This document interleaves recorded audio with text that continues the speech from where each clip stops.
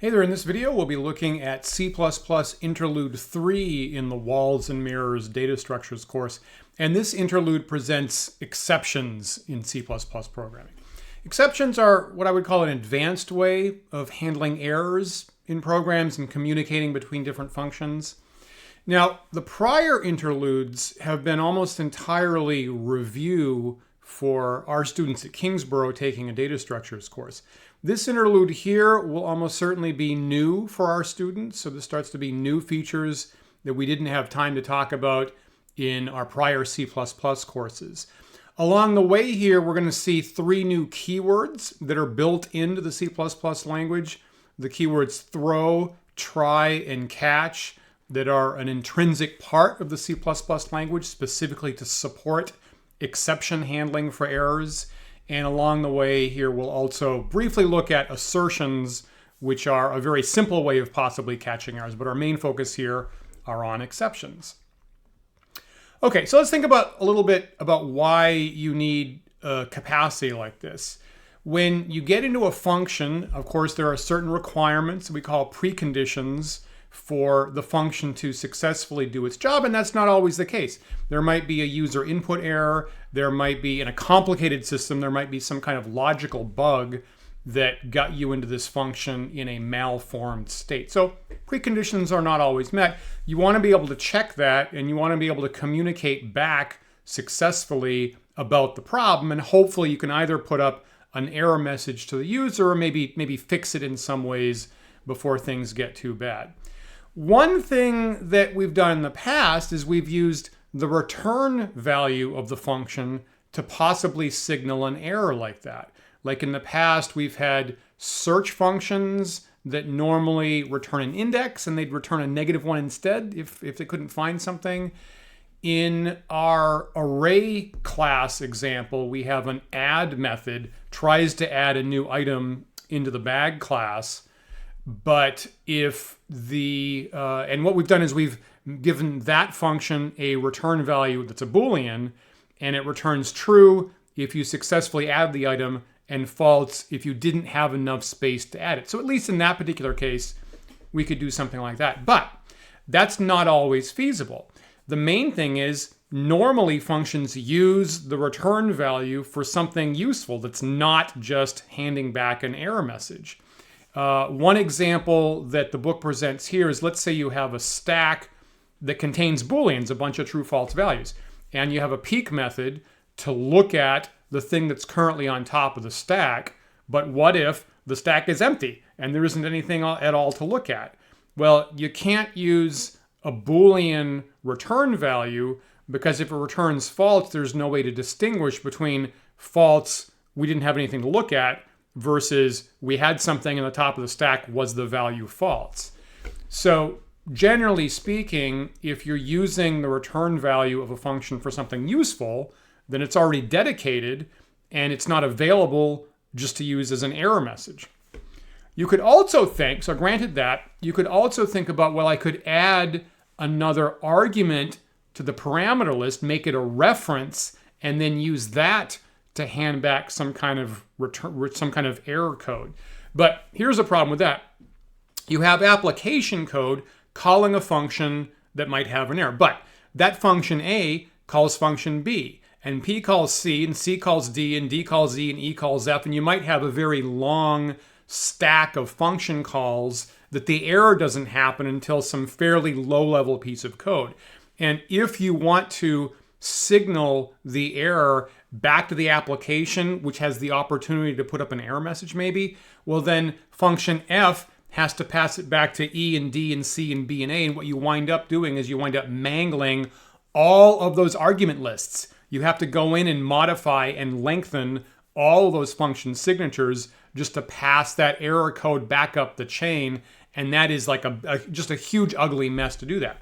So what we would prefer is we would prefer some more elegant way of, you have some low-level function, can you just hand the error signal directly back to the application layer that can possibly do something about it without mangling all of the functions you ever dealt with in between just to hand this particular error code back and forth. That's really what you get with exceptions, is a more direct way of send a signal right back to the calling environment.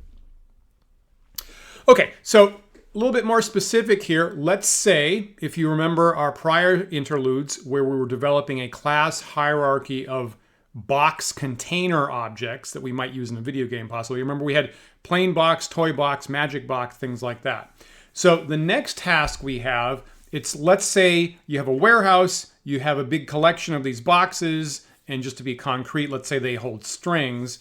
And at some point in the game, someone goes searching through them. And what we need to do here is we need to create a function that searches for which box in a big array contains a given string. Maybe you're looking in 1, 2, 3, 4, and you're looking for a particular string in one of these boxes. Which box holds the string? So this is kind of like one of our traditional search functions that we might have seen before, a little bit different here. So you'll have a function that takes 3 parameters. One is the array of the boxes that all hold some string objects. 2, obviously in C++, in addition to the array, you need to hand in the number of things in the array, so specifically an integer for the number of boxes in the array. And then third, you need to hand in the string that you're actually looking for. So here is an example attempt. Here's an example attempt at that. So in our plain box class, we're adding this function called findBox, and here's the 3 arguments. Here's an array of boxes. Here's the size of the array, of course, and here's the particular string that you're looking for. So you have this loop here, and index starts at 0. You're basically going to try to look at all of the boxes in the array. So index starts at 0, and you don't go past size here. And for every single index, you're going to look at boxes, that index.get item.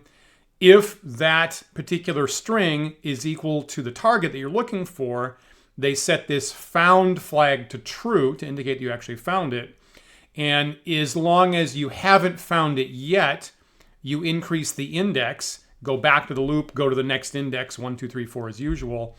If found gets set, then that's going to short circuit the while loop. If found winds up being true, you don't iterate anymore. You wind up on line 12, and then you return whichever box contained the string that you had. Okay.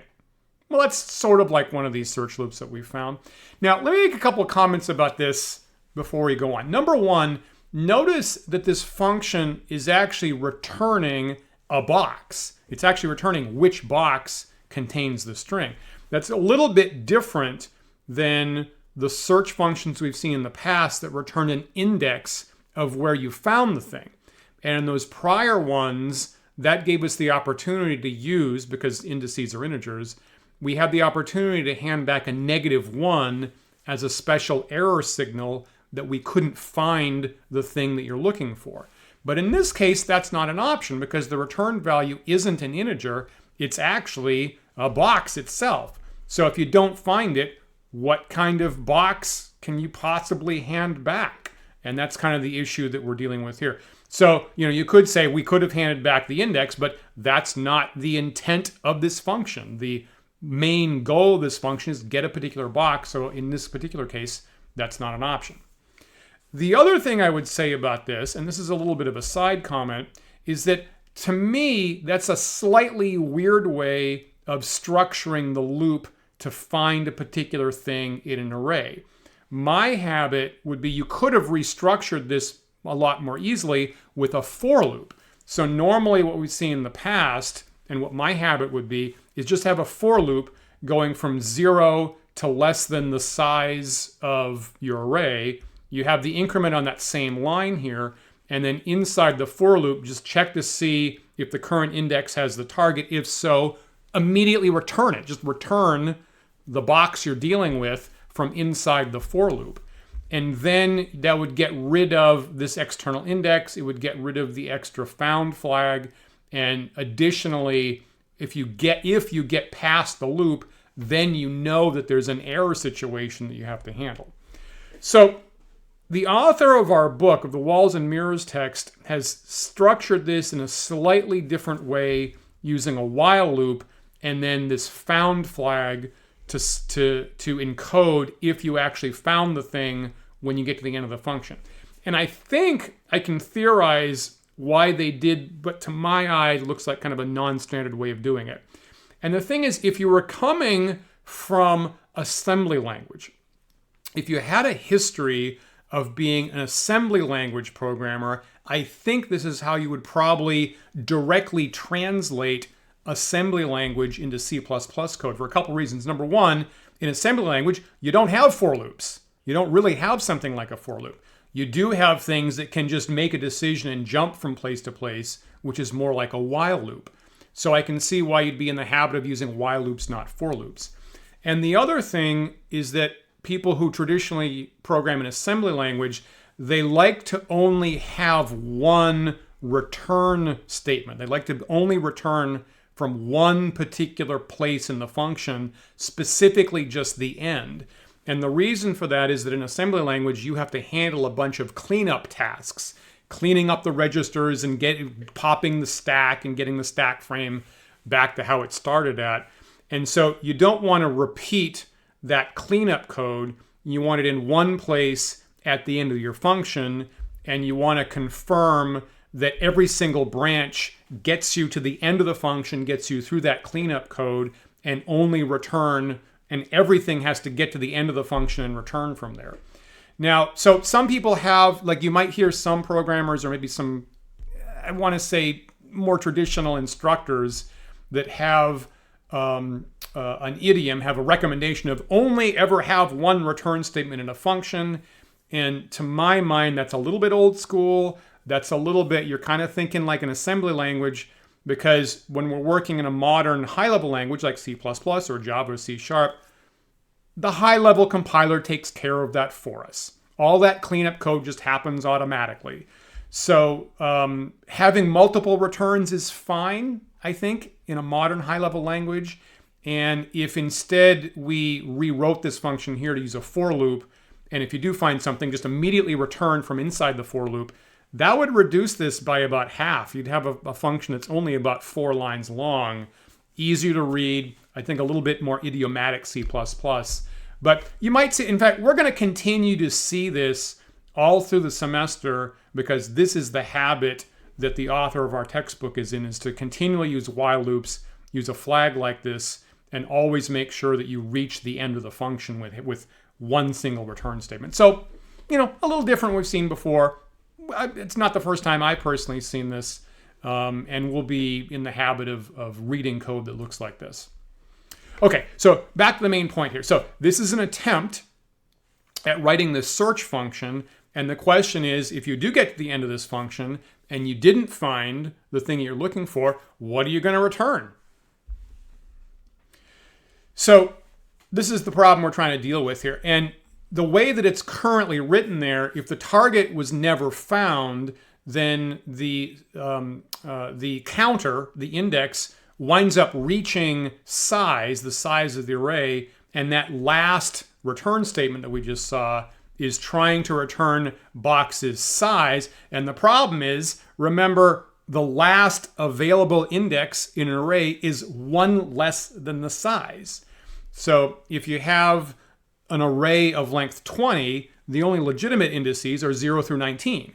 And that code there, if it doesn't find it, winds up trying to return box's index 20, which is not a legitimate element in the array, and you have a buffer overflow, which is, as we all know, is pretty much the worst thing you can possibly do in programming. So what if you actually ran that code in that situation? What it's doing is it's just going to scoop up the bits that's right after the array, try to pretend that that's a box object, and you just have a bunch of garbled, corrupt data that it returns. It doesn't make any sense. And if you start to call functions on it, who knows what's going to happen? So clearly, you get undefined behavior there with the corrupt data you wind up using. So what else? We don't want that. So what else can we do as far as returning a target when it's not found? Well, in this case, kind of nothing. You just have to avoid doing that. How can you avoid getting to that point where you're about to return a corrupted box of data? So one thing you could think about, and you're going to see this in places in our code, are assertions. And this is probably new for our students here. A common, fairly simple, fairly old way of checking for errors called assertions that's going to look to see if something is true or false. And if it's false, just end the program. Just immediately end the program. So assert is a particular macro, I believe, in C++. And again, it's common to other languages. You have this in Java. I believe you have this in C#, so it's pretty common. You have this in C, frankly. It comes from the old C language. And so what you have is you have a statement that kind of looks like a function call that you input a Boolean expression. You know, something like you would put in an if statement. So a statement, maybe value is equal to 5 or value is less than 2 or something like that, that you expect to be true at this point in the program. So the assertion's in a form of a Boolean expression. It should be true. And if it happens to be unexpectedly false, the assert just ends the program. And you get a one-line message on screen that says, we had to end on this particular line because this Boolean expression you were testing turned out to be false. So what you do is you mainly use that to validate preconditions or postconditions at the start or the end of a function. So things that you expect to always be true when you call a function, you can start your function with some asserts, 1 or 2 asserts that we need this to be the case. And if not, just end it. Just end the program and tell us about that, and we'll figure out how to fix it. Or once the processing occurs in the function, right before you get out of the function, you have an assert at the end to verify that the post conditions, the promise of the function, is actually being upheld. And again, if that fails, it'll immediately end the program, tell you about it, and you as the programmer can go in and try to debug it. So asserts are a debugging tool, is the emphasis that's being made here. It's not something that you should rely on in production code that you're releasing to customers. It's not a substitute for an if statement of like, if this, do that. And part of the reason, and we could elaborate this on more later, is that usually asserts are compiled into internal debug versions of the program that you only test in-house. And then there's another version that you compile for release that actually strips out all the asserts. So when you release code to a customer, the asserts are actually all gone customarily, and therefore it's not something you can rely on to help you on code that you've actually sold or released. So here's an example. You're going to see this in the code in the book. So we're modifying that find box function, thinking about, could I use an assert? And you see that on line 12. So that right there on line 12 is what an assert statement looks like. Very, very simple. Assert looks like a function, and in the parentheses is just some kind of Boolean expression. In this case, they're just checking the Boolean variable found that flags whether we actually saw the target in the search array or not. So as long as found is true, you just move on past line 12, you get to line 13, that's a legitimate index, you pass that back that box, no problem. But if found is still false because you never found it, you never get past line 12. Program just stops. And it will say, assertion on line 12, found is false. And then you can go and think about why did that actually happen. Now to make this work, you have to include the assert library. So you do, it's not shown on screen here. You have to pound include C assert. C assert is the name of the header file. And it's called that because, again, this is a facility that's been in since the C language in the 70s.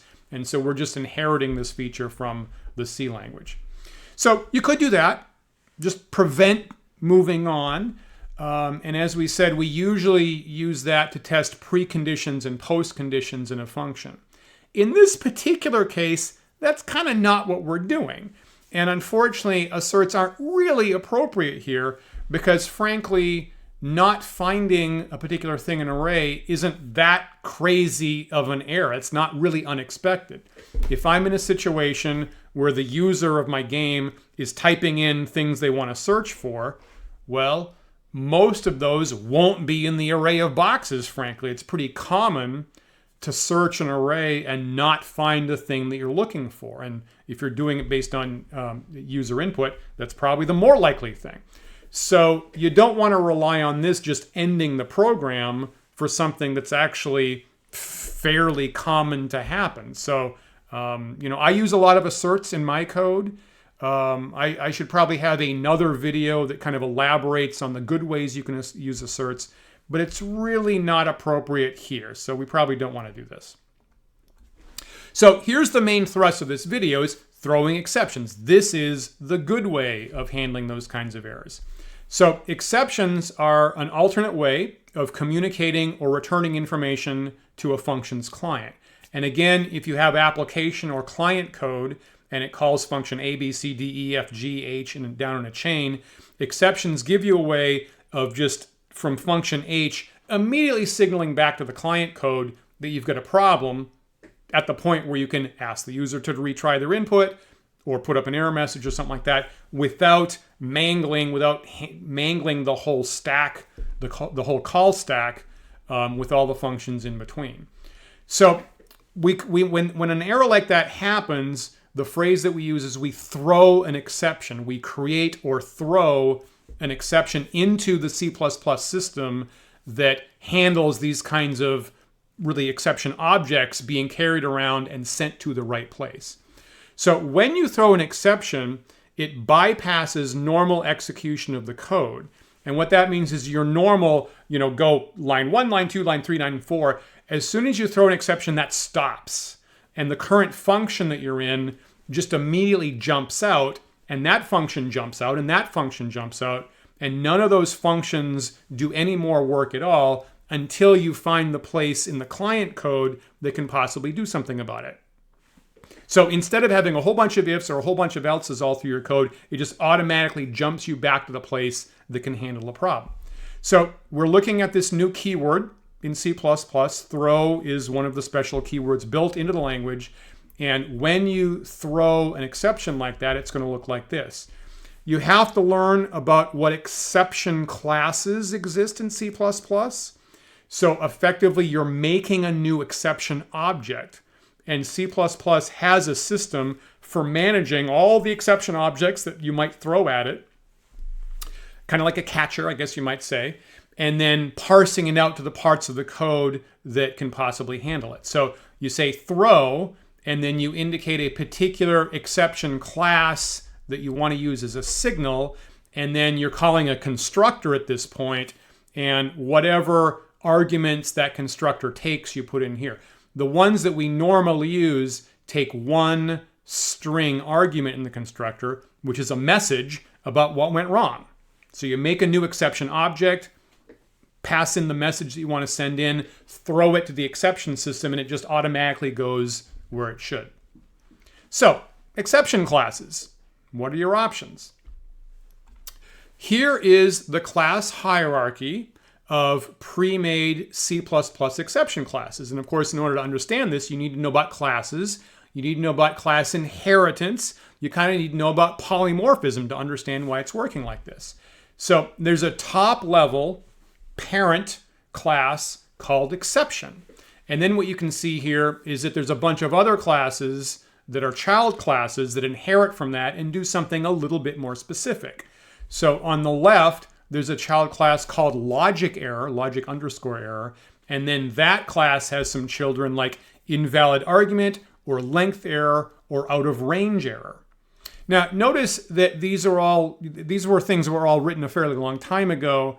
So the naming convention here is that instead of camel case, they're using underscores. I wouldn't do that myself anymore, but back in the 70s, 80s, that's how they used to do it. So that's what we're stuck with. On the right-hand branch, there is an exception type called runtime error, and you can see that has some children like overflow error, range error, and underflow error. So each of these are getting a little bit more specific about the kind of problem you're handling and the kind of signal you're sending back to the client about exactly what happened, and hopefully more information will allow the client to clean up the problem better.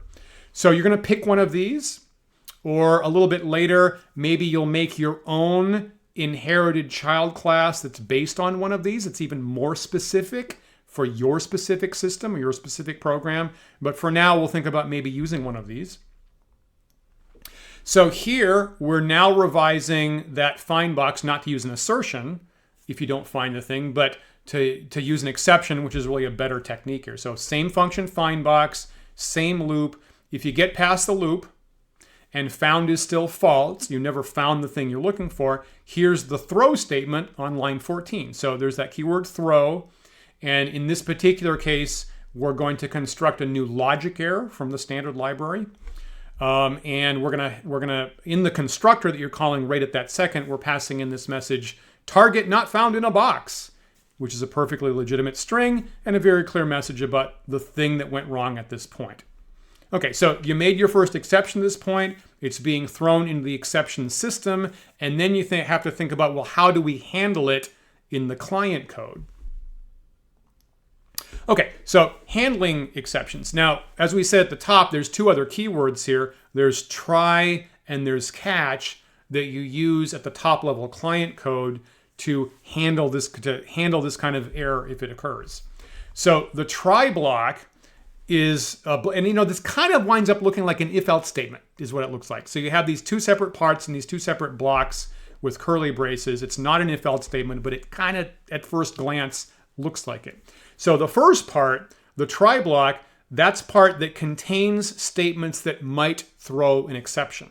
So if you do have functions that possibly have errors like that, you can put them in a try block, and that's the signal of the system is these are risky function calls that may or may not complete. Remember, when you do throw an exception, the rest of the function just stops happening. So by putting in a try block, it's a very clear signal that these functions may or may not actually finish. If you run into exception, they're not going to finish. So there's a special thing about them. And the second block under that is going to get marked with this catch keyword. And if one of the things in try throws an exception, then you're going to land in the catch block, and you know that there's an exception that happened, and then hopefully you can do something about it. So here's what those blocks kind of look like. Here's the syntax, is you'll have try at top, you'll have curly braces, you'll have the statements, the function calls that may or may not call an exception, and then right after that, kind of looking like where you'd have an else statement, here's catch, and kind of like an if-else chain a little bit, catch has parentheses for a particular kind of exception that you want to handle here. So if an exception of this type gets thrown, you say, I can catch a logic error. If that happens, I'm going to call it maybe current error or something like that. So it's a little bit like an argument into a function call flavor. And then you can have some statements that use that, current error, check it, print the error message, do some kind of cleanup tasks, some kind of fix-it job, re-input the bad input, something like that. And then you can have additional catch statements. So if you have functions that could possibly throw multiple exception types, you can have multiple catch blocks to catch type A, type B, type C, whatever you need. So that's generally what that looks like. Again, the try block is containing statements that might cause or throw an exception. And that catch block, again, you can have one or more catch blocks immediately following that to react to exceptions from those functions that you were attempting in the try block. If no exception occurs, fine, right? If you do all the functions in the try block and no exception occurs, fine, you just skip the catches, right? The catches are not an issue. You skip the catches and you go on with the rest of the function like normal. But if there's anything in the try that does throw an exception, then it's going to check in on the catches. The rest of the functions that throw the exception, anything after the throw, doesn't happen. Anything in the rest of the try block doesn't happen. Those functions don't get called at all. You immediately jump into that catch block, you check in the different catch cases, and if any of the catches match the objects that got thrown, that's where you land. So if you did have a situation where in the try block, again, you called function A that called B that called C that called D that called E that called F, and that throws an exception, that whole call stack just goes away, right? You don't need any if statements there. It just short circuits from function F all the way back up to this function's catch statement and just immediately jumps you there without any extra intervening code to handle that. So kind of convenient like that. So as we're pointing out, the syntax for the catch block kind of looks a little bit like a function definition, right? You got parentheses, you have a type and a name. The type is one of the types of exceptions that you could possibly handle. You have an identifier to name the particular thing. And then that particular parameter, again, providing that name, now you can refer to that in your catch block. So what do you do in a catch block? Well, there's a bunch of different things like we're saying. One thing is you could just put up an error message to the user. This didn't work. Okay, sometimes that's a possibility. Or you could attempt to fix the data. You could attempt to fill in the variables with some kind of reasonable default. I don't know. If you were trying, like one thing that comes to mind is if you were trying to dynamically allocate a really huge chunk of memory that's bigger than your memory system, C++ will throw an exception. I think it's called out of memory exception or something like that. That lands you in the catch block. And then maybe what you ought to do is like the pointer that was going to get the address, maybe you should set it to null pointer to be safe. Like that's one thing you could possibly do. Or maybe you could retry the offending function. Maybe you could ask the user to retry their input or something like that. So a bunch of possible responses once you realize at your client level that there's some kind of error. Let's take a look at an example of that. So here, again, using that findBox function, let's actually call the findBox function and see what we need to do to handle when an exception gets thrown. So here we're like maybe in a main function here in the example. So we make an array of boxes on line 2. So we have a plain box array size 5 called myBoxes. Again, these are boxes that contain strings. So we put some strings into the boxes. So we put ring, hat, shirt, sock, shoe into our 5 boxes in our array. And then we're about to call findBox. So we're going to have a variable called foundBox that's going to receive, hopefully, the return value. And we're going to attempt to find something in the boxes. So here, knowing that findBox now can possibly throw an exception, we're going to put that in a try block. So here's our try block. Here's the statement on line 13 that may or may not throw an exception. It's a call to that findBox function. We're passing in, remember it has 3 arguments here. We're passing in the myBoxes array. We're telling it that it's size 5, and we're looking through the boxes for the string glasses. Right now, hopefully you find it, and it tells you what box you get, and it returns that, and then you copy that into foundBox, and you have really a copy of the box that contains it. But here's the problem. If you notice, none of the boxes contain glasses. So this is automatically going to, this particular code is automatically, as a test, going to trigger. You're not going to find glasses. You're going to have found not true, and you're going to throw that exception that we're talking about. When that happens, right, the next thing, and it's a little bit cut off here, but the next thing right after that is this catch block looking for logic errors. And that is, in fact, the type of exception that we decide to throw in the findBox class. So if that happens, findBox just stops working. You immediately jump all the way back up here to line 15. It recognizes that you did throw a logic error type exception into the exception system. And in this next block of code, we're going to call that log error, which is logic error for short. And let's see what we do with that. So the decision here, okay, good. They repeated that particular catch statement so we can see it there. So you land in that catch statement. And what they're going to do here is they're going to do both, okay? So they're going to print out the error message to the screen. So you have this log error exception, and any one of these exceptions have a couple member functions, one of which is what. And what returns the string that describes the exception, so that we couldn't find the thing in the box array. That's what you get back out of log error.what. Whatever string message you put into the exception in the first place. So that comes back. And then to be safe, because up until this point, if you didn't return anything, if the try block short-circuited, foundBox currently has uninitialized garbage data, which would possibly be bad later. So to make sure that that doesn't remain uninitialized with garbage data, we do in fact put a new box, we actually make a new box that holds nothing, holds the string nothing, and that's what we copy into found box to make sure that it's not holding some kind of garbage data. So you're kind of doing both, right? Error message to the user and also cleaning up the variable, making sure that it's in a known state. And then after that, you get out of the catch statement, you go on like normal. And then in this particular case, you just print out whatever you found, or you could do other stuff. So that's a good, fairly simple example of the three things we're dealing with here: throw, try, and catch for our new keywords. Our function can throw an exception that we're going to attempt to run that function in the try block. If it does throw an exception, then it immediately jumps you into the catch section, and we do something to try to inform our user and maybe clean it up. And that's what exceptions look like.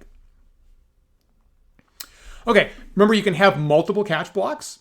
So your try block, maybe the function can possibly throw different types of exceptions. Maybe you've got multiple function calls in your try block. These are all possibilities.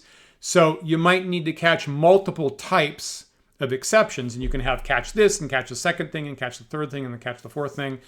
The recommendation here is that you put the most specific classes first in the list and then less specific, more general classes later on. And you can kind of compare this to an if-else block that we've used in the past. Is you want your most specific, like top level, smallest category at the beginning, and if that doesn't work, then you look for a slightly larger category, and if that doesn't work, you look for something else. And usually right at the end of those if-else blocks, you have like a default to catch everything else in the entire universe. So here, what you might do is if you have some kind of special exception you made, check for that first. And if that doesn't happen, then the second thing is catch any kind of logic error. And if that doesn't happen, the third thing can be just catch any type of exception, catch the parent level exception class type, and that would catch everything in the entire universe. Probably you wouldn't be able to fix the problem, but you would at least be able to put up an error message to say, we had a general exception. You should look into this and fix it or something like that. So that's the recommendation there. What you really need to do to have multiple types caught in multiple catch blocks. Okay, now what if you don't do that? What if you just skip all this stuff? So if you call findBox or something like that can possibly throw an exception, and you either don't bother or you forget to use the try-catch system, well, what happens then? So we'll walk through an example here. So in this example here, we have a function that can possibly throw an exception. I'm wondering if you can see where that is on screen right this second. I'm going to walk through this function. Let's see, and you'll see if before I get there, you can tell me where the exception gets thrown. So you have a function here called encode char for encode characters.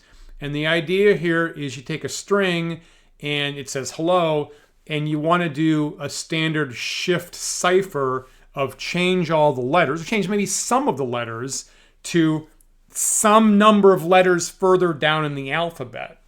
And if I look at about the fifth line down here where it's setting new char, that math there, what it's trying to do is it's trying to shift your ASCII characters to 3 letters later. So it wants to change an A into a D, and it wants to change a B, I'm counting 3 here, into an E, so on and so forth. And it's making sure that you keep lowercase letters turning into lowercase letters and keeping uppercase letters turning into uppercase letters and wrapping around both of the alphabets when you need to. So if you start with capital X, okay, that's going to turn into capital A. And if you start with lowercase x, that's going to turn into lowercase a, is the intention here. So keep the case the same, wrap it around, but other than that, move 3 steps down the alphabet. And that's kind of your very simple cryptographic encoding system. It's what it's doing. Now, once it figures out, right, and this function just changes 1 character at a time in your string. So you pass in, the second argument is the string you're dealing with, and the first argument is the index of which character you want to change. So you can just say, I want to change character number 10 in this string, and it'll just change that 1 character here. So once you figure out what character you want to change it into, you call the very last line in this function here calls the C++ string library member function replace that's part of the standard C++ string class. So just built into the string class. You call str.replace, and that function, among some other options, takes 4 arguments. It takes the index of where you want to start changing stuff. And in this particular case, we're going to take one character out. We're going to put one character back in that place to replace it. And the thing that we're going to put back in is this new char, the thing that we just figured out to replace the character. So here's the thing. Replace, this built-in library function, can possibly throw an exception. And you're not seeing it on screen here because it's built into the replace function. Again, something that's part of the C++ library that's built in before we even ever got to this. So really, to properly and fully use the string class that, of course, you've been using since day one of programming, you got to be aware of all the methods like replace and the fact that they're already built using the exception system. And so the thing is here is if you ask for an index that's past the end of the string, right? If we did that stupidly, that would be a buffer overflow and that would be terrible. But the C++ string class is built to prevent that, will not allow that. And if you try to access characters past the length of the string, it doesn't do that. Instead, it throws an exception and then skips all the other processing. So let's use this encode char function, right? Remember, encode char just encodes one character. Well, you probably want to encode like a whole string or at least a bunch or at least part of the string. So then we have this encode string function that takes the second argument's the string you're trying to modify. The first argument is how many characters from the start of the string you want to encode, you want to change. So this gives you the option here of you could encode, all of it, or you can encode the first 5 characters or the first 100 or just the first one, whatever you want, kind of convenient here. So that's very simple. Obviously, that's a for loop. Okay, and weirdly here, and notice that this is, so let me see, this actually goes from the back end. I guess I'm realizing this. This goes from the back end. So it starts at the very last possible character, right? The number of characters minus 1. Let me think about that. Well, I guess it's changing the start of the string, but if you have 5 characters, it's set up to change number 4, number 3, number 2, number 1, number 0 in that order for that sort. So that one I can't explain why they've got the for loop going backwards. But so be it. Okay, that's what's going to happen. So you pass in 5 and it's going to change the first 5 characters in your string. Okay, so kind of convenient. Now, finally, here's the main function. And as you can see as a test case here, they're making string 1 holding the name Sarah that does in fact have 5 characters in it. And then you're calling encode string with the number 99, comma string 1. And as you can probably anticipate at this point, 99 is way more characters than are in the Sarah string. So this, remember this is now a moderately deep call stack. So the exception doesn't happen until about 4 function calls later. Because here you are in main, the first function, that calls encode string, the second function with this 99. Oh, you know what? I know why they did that. Because then if you run this to the debugger, the problem shows up with the very first character that you try to modify. That's why they're doing this, to make it easy to find this in the debugger. So the very first thing is you would, J would be 98, okay? And then you call the third function, which I'm gonna go back a slide here. So you wind up in encode char with I being 98, and then you call replace, that's now the 4th function in the chain, passing in 98, and that's the place inside that it figures out, hey, there isn't any character number 98 in Sarah. That's way longer than the size of the string. So at that point, the replace function just stops, and this whole call stack just collapses. And from that point, you basically wind up jumping, we'll probably have a little bit more detail on this, but jumping immediately all the way back up to the main function, right? All the functions just stop working. And what you're going to see here is that the program just ends at that point. So here's a little bit more detail about that. So the place where the exception gets thrown is inside replace, where you've passed in this string with 5 characters. The number of characters is 99, and I believe at this point I is actually 98. So in replace, what it does is it throws an out of range type exception.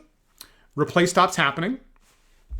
You come back to this function, and the system says, am I in a try-catch block? Can we possibly recover from this? Well, not here. So this function just stops working at that point. And you come back to the next thing in the call stack. You come back to when you're inside the loop of encode string, and it says, am I in a try-catch block here? No. Well, then this loop stops, right? And you don't go through the rest of the loop from 98, 97, 96, 95. It just doesn't do that. So the loop aborts, and you jump out of this function back to the main function, and it says, am I in a try-catch block here? Well, again, no. So you don't get to return 0. That function just immediately terminates. And in this case, if all the way up your call stack, there weren't any try-catch blocks to catch it, then the program just terminates at that point, and you get some kind of message on screen of just abnormal program termination. So if you don't catch an exception, what winds up happening is the whole call stack unwinds and the program just stops dead at that point. Now, okay, so at least you don't continue the program in a situation where you've got bungled data, where you have corrupt data and get yourself in more and more trouble or something like that. That message isn't very informative. So if I'm in a situation where this happens to me, and I just see abnormal program termination, I have a little bit of a problem debugging where it actually happened. So I am going to have to go in and start adding some try-catch blocks. I probably should have done that in the first place. If I'm calling functions that can call exceptions, I should know about that, and I should encompass it in a try-catch block to actually see it in the program and get a more useful error message at the time that it's running. But worst case scenario, this is what winds up happening. If you ever do see abnormal program termination from your program, it's because there was an unhandled exception. And that happens. Okay, so now you know what that looks like. Now, in addition, and we're kind of wrapping up here, in addition to the predefined class hierarchy of exceptions that you can use, like the parent exception, and we've seen logic error, and that example right there had an out of range error. You can make your own. So granted that you know about classes inheritance, you can expand that class hierarchy of exceptions. You can just add more stuff. So what you'd be doing is you would make an exception class of your own for some specific type of thing you want to handle. You would derive your class from one of those existing classes, like maybe the top level exception class, or maybe one of its derived classes. And I actually think for the rest of this semester, we're probably going to derive our classes from either logic error or runtime error, probably logic error more commonly, actually. So one of the second level things is probably what we're going to do in practice. And by doing that, you share all the same functions as the standard class hierarchy. So you can throw one of your objects just the same way as the rest of it, because polymorphism is working in your favor. And when your exception object gets in the exception system, that system can like check in on the what member, because your class will have what just like the rest of it, and it will be able to determine the type and parse it out into the right catch statement polymorphically, which is great. So normally it just takes a tiny little bit of code to do that, at least in the examples we're going to see. So your exception class is usually based on one of those existing classes, and all you need to do probably is just provide a constructor that takes a string parameter. So you have a new type, You take in the string parameter in a constructor, that's what an exception looks like, basically. So here's an example of that here in Interlude 3 in our textbook. So here we're making a brand new exception class, and the type we're making is called target not found exception, right? It's specific just for this find box function of this very specific thing we're on the lookout for is, what if you don't find the target in your search? Okay, so we're making an exception just for that, the target not found exception. So this is inheriting, in this case, you can see it right there, from one of the prior exception classes. And all we have to add here is a non-default constructor for our class, target not found exception. We're not even adding any new data. And all we're doing here is in comes the string message, and we're just going to hand that off to the base class exception with an initializer. Kablam. And now we can go back into findbox, and we can specifically throw this. We can throw a target not found exception and have a very specific message of, we could, like, I think the example we had was we were looking for glasses. So we could hand off a message that says glasses are not found in any box. Okay, so you get a very specific error message at the top level client code. Great. So this is a pretty good example of, it doesn't take very much code at all.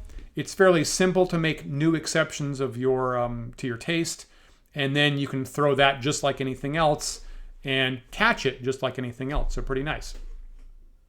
Okay, now I have to make a little side point about the code we're currently looking at from the book, because there's a little bit of a mistake here actually.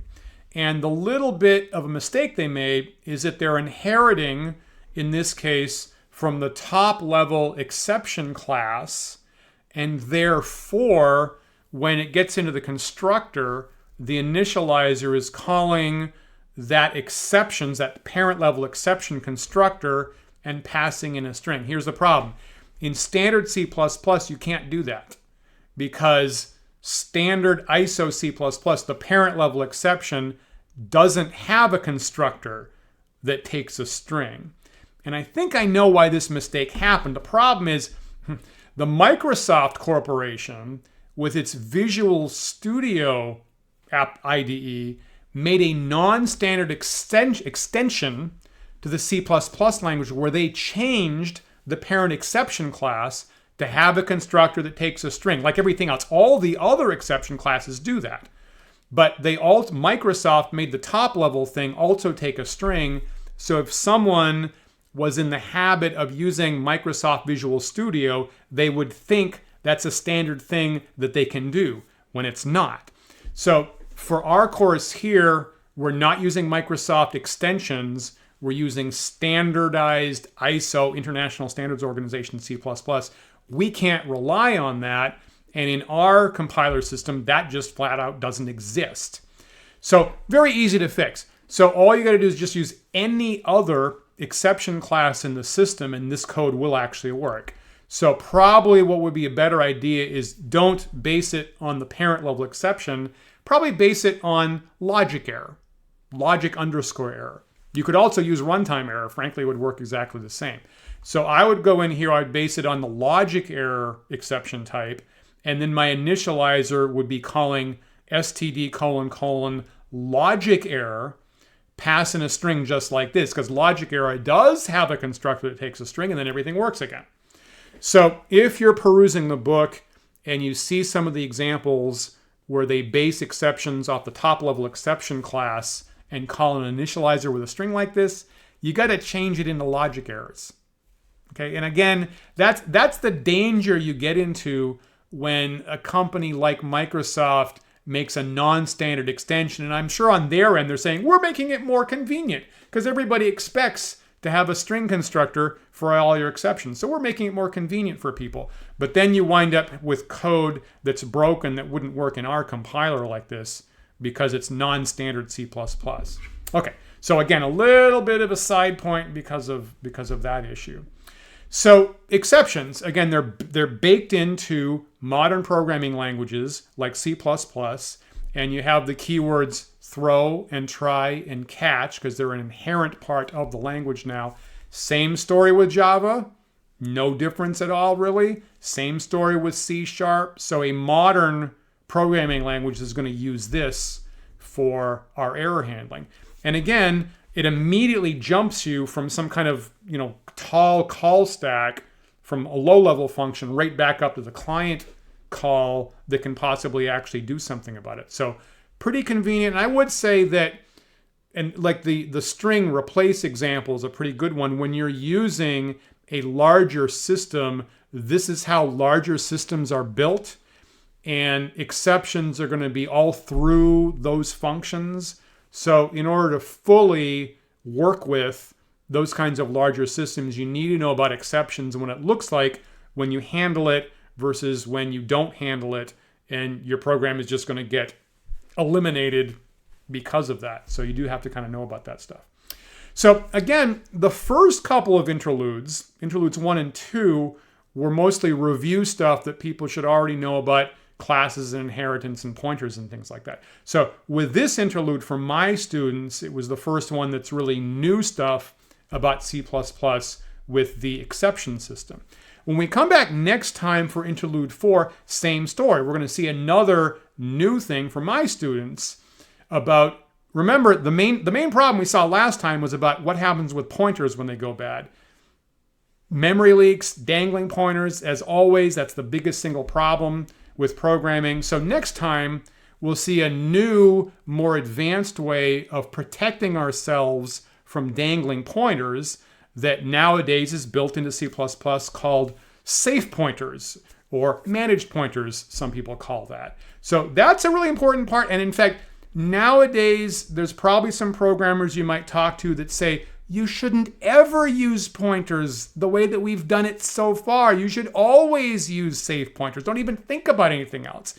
So a fairly important part of modern new style C++, again, giving us hopefully more protection from dangling pointer problems in Interlude 4 when we finally see safe pointers. So I hope you'll join me for that, and I'll see you then.